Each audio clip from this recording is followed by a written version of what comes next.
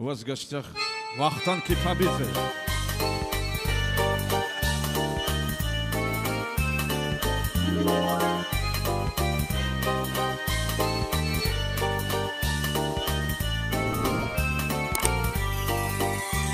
Есть древний закон на Кавказе, когда мы садимся к столу, по традиции четким, словесным указом: а зачем тебе тамаду? Тамада — это главная личность, и за большим, и за малым столом.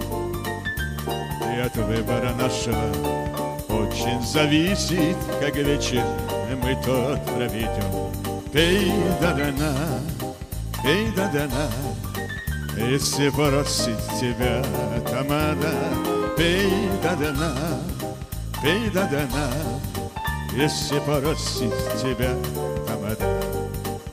Первый тост он поднимет за встречу, и щечку друг у друга обнять.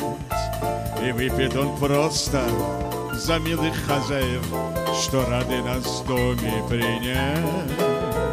И потом пусть за нашим застольем словно Господу вместе споем и поднимем за Родину ровной, прекрасной, наполненным красным вином.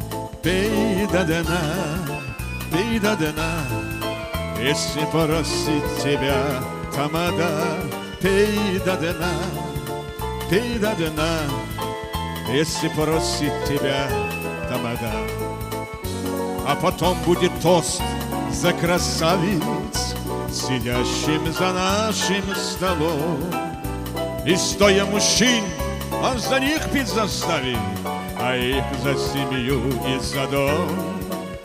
И, конечно, он вспомнит усопших, и за здравие он выпьет живых. И детей не забудет, и внукам напомнит, чтобы не было стыдно за них. Пей да-да-на, пей да-да-на, если просит тебя тамада. Пей да-да-на, пей да-да-на, если просит тебя тамада.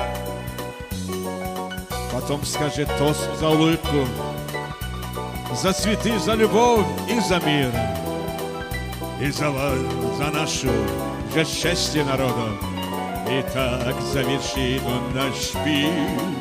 Я хочу вам рассказать на прощание, передать вожака не видать. Беда в том, если наше бытие и застолье возглавит плохой тамада. Пей да-да-на, пей да-да-на, если просит тебя тамада.